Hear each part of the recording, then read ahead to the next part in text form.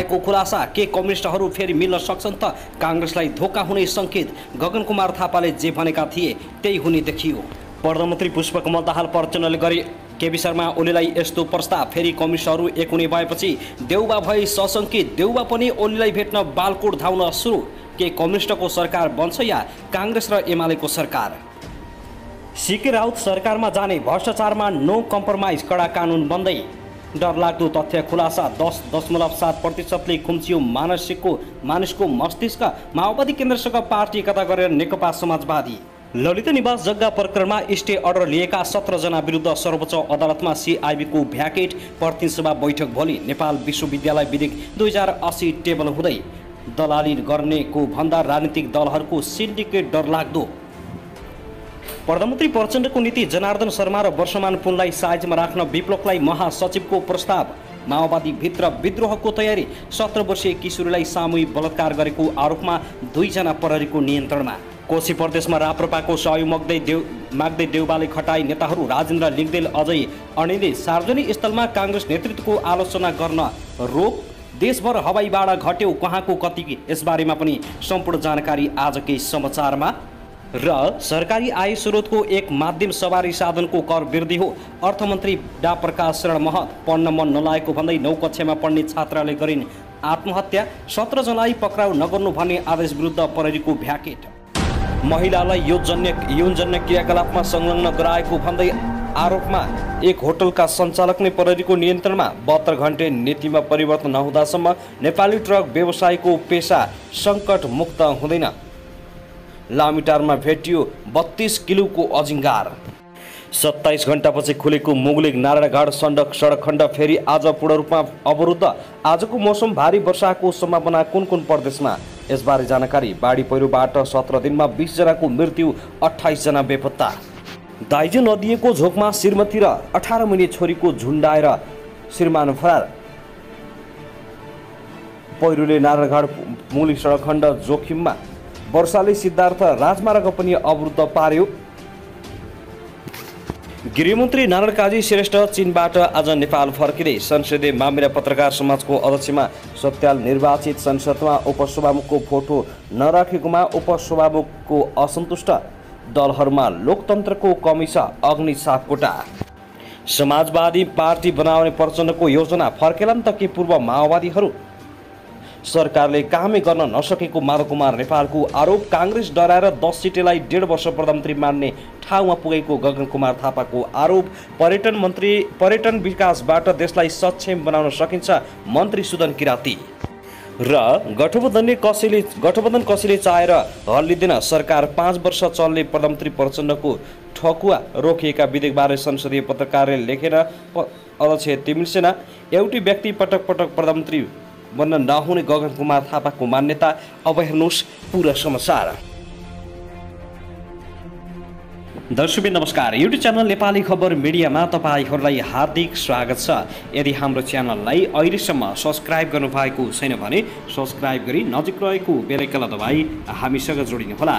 दर्शकबिन सुझाव आज पनि हामी तपाईँहरूमाझ देशभरका विभिन्न समसामयिक राजनीतिक घटनाक्रम, विभिन्न ठाउँका अपडेटहरूका साथ उपस्थित भएका छौँ। यो भिडियोलाई अन्तिमसम्म हेर्नुहोला। साथै कहाँदेखि हेर्दै हुनुहुन्छ, के भन्न चाहनुहुन्छ, तपाईँको मनमा लागेको प्रतिक्रिया कमेन्ट बक्समा छोड्न नभुल्नुहोला। दर्शकबिन के तपाईँ हाम्रो च्यानलमा नियमित श्रोता हुनुहुन्छ?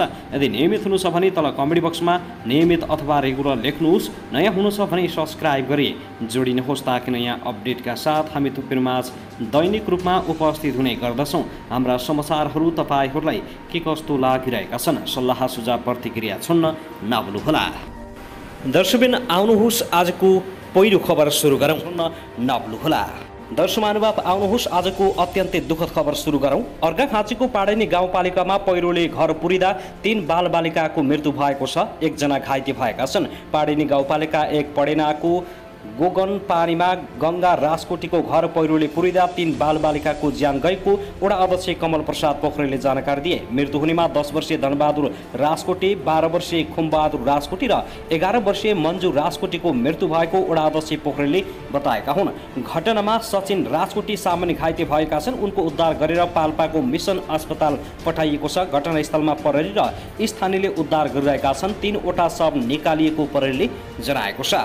दर्शक महानुभाव, त्यसगरी भर्खरै मात्रै प्राप्त समाचार अनुसार निरन्तरको वर्षासँगै आएको पहिरोले मध्य पहाडी लोकमार्ग अन्तर्गत पोखरा बागलुङ सडक खण्ड पूर्ण रूपमा अवरुद्ध भएको छ। पर्वतको मध्य गाउँपालिका 6 तिलाहारको डिमुवा नजिकै महावीरमा सडकमाथिबाट खसेको पहिरोले मंगलबार बिहानदेखि सडक अवरुद्ध भएको जिल्ला ट्राफिक प्रहरी कार्यालय पर्वतका प्रमुख प्रहरी नायब उपरीक्षक सुमन नेउरेले जानकारी दिएका छन्। बिहानी पख खसेको पहिरोका कारण पोखरा हुँदै पर्वत, बागलुङ, म्याग्दी र मुस्ताङका लागि भित्रिँदै गरेका तथा ती जिल्लाबाट पोखरा हुँदै विभिन्न ठाउँमा पुग्ने सवारी साधनहरू लोकमार्गमा अलपत्र परेका छन्। ट्राफिक प्रहरीको समन्वयमा बिहानदेखि पहिरो पन्छाएर अवरुद्ध सडकलाई खुलाउने प्रयास गरिएको भए पनि वर्षा नरोकिएका कारण काम गर्न कठिन भइरहेको प्रहरीले जनाएको छ। वर्षा भइरहेको अवस्थामा पहिरो खसेको भिरबाट थप पहिरो खस्न सक्ने तथा गेगर खस्ने जोखिम प्रहरीले रहेकाले वर्षा नरोकिएसम्म प्रहरीले पन्छाउन समस्या भइरहेको छ। दर्शक महानुभाव, त्यसगरी अर्थमन्त्री डा प्रकाश शरण महतले आगामी आर्थिक वर्षको प्रारम्भसँगै मुलुकको अर्थतन्त्र चलायमान हुने सङ्केत देखिएको दावी गरेका छन्। प्रतिनिधि सभा अन्तर्गतको अर्थ समितिको आजको बैठकमा अर्थमन्त्री प्रकाश शरण महतले अर्थतन्त्र उकालो लाग्ने दिशामा रहेकाले लक्ष्य प्राप्तिका लागि छिटो हिँड्न दबाव सिर्जना भएको उल्लेख गरे। मुलुकको अर्थतन्त्र चलायमान बनाउन राज्य संयन्त्र र नागरिक समाज लगायत सबैको सामूहिक प्रयास र प्रतिबद्धता आवश्यक छ। राजस्व र पुँजीगत खर्च बढाउने तथा साधारण खर्च घटाउने विषयमा सरकार गम्भीर रहेको बताउँदै उनले अहिले अर्थतन्त्रको समग्र अवस्था सकारात्मक बाटोमा उन्मुख रहेको दावी गरेका छन्। देश आर्थिक हिसाबले समस्या मुक्त नभएको भन्दै उनले कुनै पनि देशको अर्थतन्त्र समस्या मुक्त नहुने जिकिर गरे। अर्थतन्त्रमा बहस चलिरहन्छ, समस्या आइरहन्छ, समाधानको बाटो पनि पहिलाउँदै जाने हो। उनले भने आवश्यकता अनुसारको तुलनामा सम्बोधन गर्न सकिने विषय अत्यन्त कम रहेको उल्लेख गरेका छन्। आवश्यकता र माग ठुलो छ, त्यसमा असन्तुष्ट आउनु स्वाभाविक हो। धेरै विषय निर्णायक रूपमा सुधार गर्दै जानुपर्छ। अर्थ मन्त्रालयका राजस्व सचिव डा रामप्रसाद घिमिरेले मुलुकको समग्र राजस्व सङ्कलन र बजेट खर्च स्थिति प्रस्तुत गरे। उनले पेन्सन, सामाजिक सुरक्षा तलब लगायतमा वर्षेनी दायित्व बढ्दै गएकाले स्रोत व्यवस्थापन चुनौती बन्दै गएको स्वीकारेका छन्। चालुक आर्थिक वर्ष अनिवार्य दायित्वको भुक्तानीका लागि यही असार 25 गतेभित्र करिब रु 25 अर्बको थप स्रोत व्यवस्थापन गर्नुपर्ने अवस्था रहेको जानकारी दिएका छन्। दर्शक महानुभाव, त्यसगरी पूर्व गृहमन्त्री तथा राष्ट्रिय स्वतन्त्र पार्टी रासपाका सभापति रवि लामिछानेले अहिलेको सरकारले काम गर्ने नसक्ने बताएका छन्।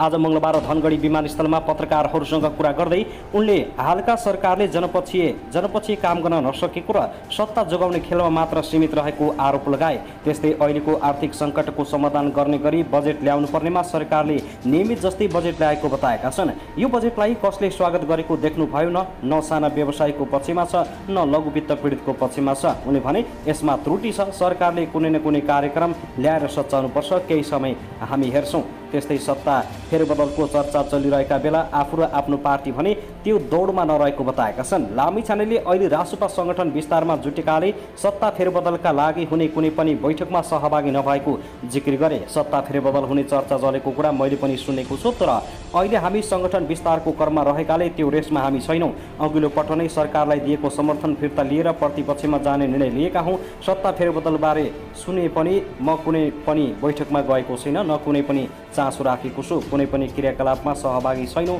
तर मिश्रित जनताका कारण यो 5 वर्ष सत्ता फेरबदल हुने क्रम चलिरहने लामिछानेको भनाइ छ। दर्शक महानुभाव, त्यसगरी भर्खरै मात्रै प्राप्त समाचार अनुसार ललित निवास प्रकरणमा सर्वोच्च अदालतबाट स्टे अर्डर लिएका 17 जना विरुद्ध केन्द्रीय अनुसन्धान ब्युरोले भ्याकेट निवेदन हालेको छ। ब्युरोले सोमबार सर्वोच्च अदालतले 17 जनालाई पक्राउ नगर्न जारी गरेको आदेश विरुद्ध भ्याकेट निवेदन दिएको एसएसपी दिनेश आचार्यले जानकारी दिए। सर्वोच्च अदालतले गरेको निर्णयमा चित्त नबुझे त्यसको खारेजीको माग गर्दै सर्वोच्चमा जान पाउँछ। त्यस्तो निवेदन स्वीकार गरेर सर्वोच्चले आफ्नो अघिल्लो निर्णय खारेज गर्ने कार्यलाई भ्याकेट भनिन्छ। ललित निवासको सरकारी कागजात कृति गरी जग्गा विभिन्न व्यक्तिहरूको नाममा गरेको प्रमाणमा असार 12 गते प्रहरीले 7 जनालाई पक्राउ गरेको थियो। 7 मध्ये 3 जनाले सर्वोच्चबाट स्टे अर्डर लिएको पाएपछि भने उनीहरूलाई ब्युरोले त्यही साँझ छाडेको थियो। मालपोत कार्यालय दिल्ली बजारका तत्कालीन प्रमुख कलाधर देउजा कर्मचारीहरू सुरेन्द्रमान कपाली र भूपेन्द्र मणि केसीलाई पनि पक्राउ गरी त्यही साँझ छाडेको हो। यसरी 17 जनाले स्टे अर्डर लिएको पाएपछि ब्युरोले पुनरावलोकन गर्न भ्याकेट निवेदन हालेको हो। सर्वोच्चका न्यायाधीश ईश्वर प्रसाद खतिवड़ाले 2079 साउन 29 गते उक्त अन्तरिम आदेश जारी गरेका थिए। यही प्रकरणमा पक्राउ परेका भाटभटेनी सुपर मार्केटका सञ्चालक मिनबहादुर गुरुङ, पूर्व निर्वाचन आयुक्त सुधीर कुमार शाह र धर्मप्रसाद गौतमले पनि सर्वोच्चमा बन्दी प्रत्यक्षीकरणको रिट हालेका छन्। मङ्गलबार उनीहरूको रिट न्यायाधीशद्वय आनन्दमोहन भट्टराई र हरिप्रसाद पुयालको इजलासमा परेको छ। हदम्याद गुजिरसकेको घटनामा गैरकानुनी रूपमा आफूहरूलाई पक्राउ गरेको भन्दै गत बुधबार उनीहरूले सर्वोच्च अदालतमा बन्दी प्रत्यक्षीकरणको रिट हालेका थिए। अहिलेसम्म केन्द्रीय अनुसन्धान ब्युरोले यस प्रकरणमा 9 जनालाई पक्राउ गरिसकेको छ। गुरुङ, शाह र गौतमसँगै पूर्व मालपोत कार्यालयका कर्मचारी गोपाल कार्की, काठमाडौँ महानगर वडा नम्बर 5 का तत्कालीन वडा सचिव शिवजी भट्टराई, नक्कली मोही बाबु राजा महर्जन र तत्कालीन नापी कार्यालयमा रहेका हमान कुमार कार्की पक्राउ परेका हुन्। त्यस्तै समरजङ कम्पनीका तत्कालीन प्रमुख रमेश कुमार पोखरेल र नक्कली मोहिन देवनारायण महर्जनलाई सोमबार पक्राउ गरेको हो। ब्युरोले यसअघि पनि लामो अनुसन्धान गरे पनि अदालतमा मुद्दा दर्ता गर्न सकेको थिएन। लामो अनुसन्धान सकेर 2078 साल पुसमै सरकारी वकिलको कार्यालय काठमाडौँमा अनुसन्धान प्रतिवेदन बुझाएको थियो। तर सरकारी वकिल कार्यालयले थप अनुसन्धान गर्नु भनेर पुस 22 गते प्रतिवेदन फिर्ता पठाएको थियो। प्रतिवेदन फिर्ता पठाएपछि अहिले पुनः अनुसन्धान गरी यसमा संलग्नहरूलाई पक्राउ गर्न थालेको हो। सिआइबीले लद्या निवासको 143 रोपनी जग्गा हडपेको निष्कर्ष निकालेको छ। अहिले प्रहरीले सरकारी जग्गा किर्ते कसुरमा अनुसन्धान गरिरहेको छ। दर्शकमानुभाव, त्यसगरी भर्खरै मात्रै प्राप्त समाचार अनुसार वर्षासँगै आएको बाढी र पहिरोका कारण महाकाली लोकमार्ग अवरुद्ध भएको छ। दार्चुलाको शैलेशिखर नगरपालिका 6 पनेबाद क्षेत्रमा पहिरो खस्दा महाकाली लोकमार्ग अन्तर्गतको गोलेश्वर खलङ्गा सडक क्षेत्र बन्द भएको छ। सोमबार रातिदेखि सुरु भएको वर्षासँगै ठाउँ ठाउँमा खसेको पहिरोले सडक अवरुद्ध भएको हो। खलङ्गाबाट महेन्द्रनगर काठमाडौँका लागि छुटेका बस सडक अवरुद्ध हुँदा बाटोमै रोकिएका छन्। पानी पर्दा बेला बेलामा महाकाली लोकमार्ग अन्तर्गत गोकुलेबाट पनेबाज एरी छानासम्म सडक अवरुद्ध हुने गरेको छ। सडक अवरुद्ध भएपछि छोटो तथा लामो दूरीका सवारी साधन गन्तव्य पुग्न सकेका छैनन्। महेन्द्रनगर धनगढीबाट खलङ्गाका लागि छुटेका रात्रि बस समेत बाटोमा रोकिएका कारण यात्रु समस्यामा परेका छन्। त्यसैगरी आउनुहोस् अब अर्को खबरतर्फ लागौँ। कोशी, लुम्बिनी र सुदूरपश्चिम प्रदेशका केही स्थानमा आज आइतबार मेघगर्जन र चट्यानसहित भारी वर्षाको सम्भावना छ। अलि बिहान भने बागमती, गण्डकी, लुम्बिनी र कर्णाली प्रदेशमा सामान्यदेखि पूर्णतया बदली रही बाँकी भूभागमा आंशिकदेखि सामान्य बदली रहेको मौसम पूर्वानुमान महाशाखाले जनाएको हो। कोशी, बागमती, गण्डकी र लुम्बिनी प्रदेशका थोरै स्थानमा हल्कादेखि मध्यम वर्षा भइरहेको छ। दिउँसो देशभर आंशिकदेखि सामान्य बदली रहनेछ। कोशी प्रदेश र सुदूरपश्चिम प्रदेशका केही र बाँकी प्रदेशका थोरै स्थानमा हल्कादेखि मध्यम वर्षाको सम्भावना छ। कोशी, लुम्बिनी र सुदूरपश्चिम प्रदेशका 1-2 स्थानमा मेघगर्जन र चट्यानसहित भारी वर्षाको सम्भावना रहेको छ। लुम्बिनी प्रदेशका तराईका थोरै स्थानमा हावाहुरीको समेत सम्भावना रहेको जनाइएको छ। आइतबार राति देशभर आंशिकदेखि सामान्य बदली रहनेछ। कोशी प्रदेश, मध्य प्रदेश, बागमती र गण्डकी प्रदेशका केही स्थान तथा बाँकी प्रदेशका थोरै स्थानमा हल्कादेखि भारी वर्षाको सम्भावना छ। दर्शकमानुभाव, त्यसैगरी आउनुहोस् अब अर्को खबरतर्फ लागौँ। बालुवाटार स्थित ललित निवास जग्गा प्रकरणमा प्रहरीले सङ्गठित अपराधमा अनुसन्धान गर्ने सङ्केत गरेको छ। 400 भन्दा बढीलाई पक्राउ पूर्जी जारी गरेको नेपाल प्रहरीको केन्द्रीय अनुसन्धान ब्युरो सिआइबीले सो प्रकरणमा सङ्गठित अपराधमा अनुसन्धान गर्ने सङ्केत गरेको हो। सङ्गठित अपराधमा अनुसन्धान गर्न अनुमति पाए सिआइबीले पक्राउ परेका र पक्राउ पर्न बाँकी सबैलाई 60 दिन थुनामा राखेर अनुसन्धान गर्न सक्नेछ। ललित निवास जग्गा किर्ती प्रकरणमा प्रहरीले पक्राउ गरेका अभियुक्तलाई सङ्गठित अपराध ऐन अन्तर्गत अनुसन्धानमा सङ्गठित अपराध गरेको ठहराउने भए किर्ती बाहेकको अर्को मुद्दा पनि लाग्नेछ। प्रहरीले शुक्रबार मिनबहादुर गुरुङ, गोपाल कार्की र धर्मप्रसाद गौतमको बयान सुरु गरेपछि प्रहरीको ध्यान सङ्गठित अपराधतर्फ मोडिएको हो। सिआइबीकी प्रमुख एआइजी किरण बज्राचार्यले पनि यो विषयमा सरकारी वकिलसँग छलफल भइरहेको बताए। अपराधको प्रकृति हेर्दा धेरैजना मिलेर सङ्गठित रूपमा ठगी गरेको देखिन्छ। त्यसकारण यो विषय सङ्गठित अपराध हुन सक्ने भनेर हामीले सरकारी वकिलसँग समन्वय गरिरहेका छौँ। एआइजी बज्राचार्यले भनिन्, सङ्गठित अपराधको मात्र कुरा गर्ने हो भने 5 वर्षसम्म कैद वा 5 लाख रुपियाँ सम्म जरिवाना हुने व्यवस्था छ। सङ्गठित अपराध आफैमा एउटा मात्रै अपराध नभएकाले यसमा अन्य अपराधसँगै जोडिएर आउने हुनाले पनि ललित निवास जग्गा प्रकरणमा सङ्गठित अपराध ऐन आकर्षित हुने प्रहरीको ठम्याइ छ। प्रहरीका अनुसार यसमा जोडिएका व्यक्तिहरूको संलग्नता हेरेर उनीहरूलाई कति सजाय हुने भन्ने निर्धारण गरिनेछ।